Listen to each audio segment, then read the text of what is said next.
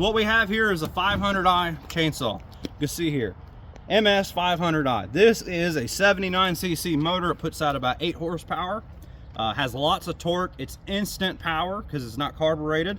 It is a fuel injection system, meaning it has a spark and an injector forcing fuel into that cylinder and not just sucking it and huffing it like a carburetor. Problem with carbureted machines is they act real funky on you when they're hot. They like to flood. They have a bad problem with fuel systems clogging up, and you're always going to have a problem trying to start them back up. So this guy has a capacitor that's charged on it on the second pull. Ready to go. Right? So on steels, we want to actually take this fuel bulb right here, and if you don't have a fuel bulb on your chainsaw, you don't have a chainsaw. You have a piece of Chinese shit. So we're going to do 6 times. We're going to push this guy down, right? 6 times for the primer.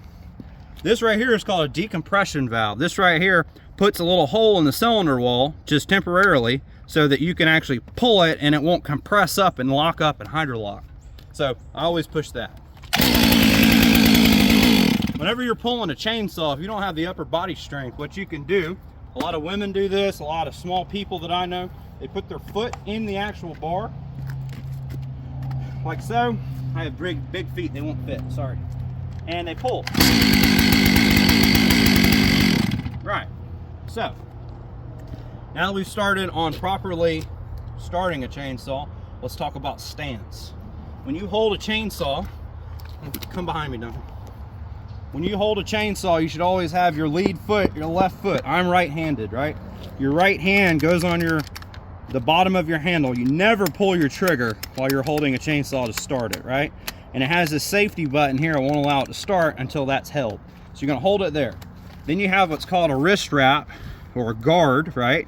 I like a full wrap handle. Full wrap handle is the best for me because I can do this, I can do this, and I'm fine to cut diagonally as long as I'm watching myself. When it comes to stance, you should have your left foot forward, your right foot backward, and you never go above your chin for cutting, and you never go behind yourself, and you never go past this shoulder. This shoulder right here, my saw should never go past that. Why? Because if it kicks back, that's my leg. You see how if I'm out here, right, and it kicks back, it stops, hits my thigh, right? You should always have your range of motion just this. This should only be what you do with a chainsaw, right? Now, let's run this saw, let's get it heated up, and I'll show you how much the chain expands just by thermal expansion. We're gonna run it for 30 seconds, put your hearing protection on. This will make you have tinnitus if you don't use hearing protection.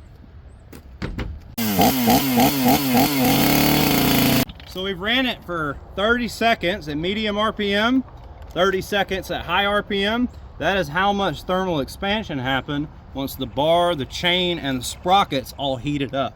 So now we're gonna break our nuts loose. If you don't break them loose, you'll strip the gears out when you go to tighten it. So the next step, you guessed it, is to get that slop out of the chain. How do we do that? We turn righty-tighty on our gear sprocket tightener, right? And look at that, all that's gone. So now we have to come over here and check how many holes do you have on your chain. So we want 5 good holes, right? So a good way of doing it is just stick the tool in there and count, right? Another good way is to just barely pinch it, and it's hot now and it's sharp, so just be careful. You should be able to count 1, 2, 3, 4, 5. That is 5 holes. That's perfect tightness right there. We are ready to cut. So now I'm gonna lock these down. We're gonna go righty-tighty on the rear first, right? I'm gonna push to snug, this is snug, and just do a little oomph, right? I'm gonna go to righty-tighty, push to snug, and that's it. Now I'm gonna go back to the one that I just did because it moved, and snug it last time. I'm gonna go back to the one I just did previous to that, snug it 1 time. We are heated up, fueled, oiled, with our safety equipment on, we're ready to cut.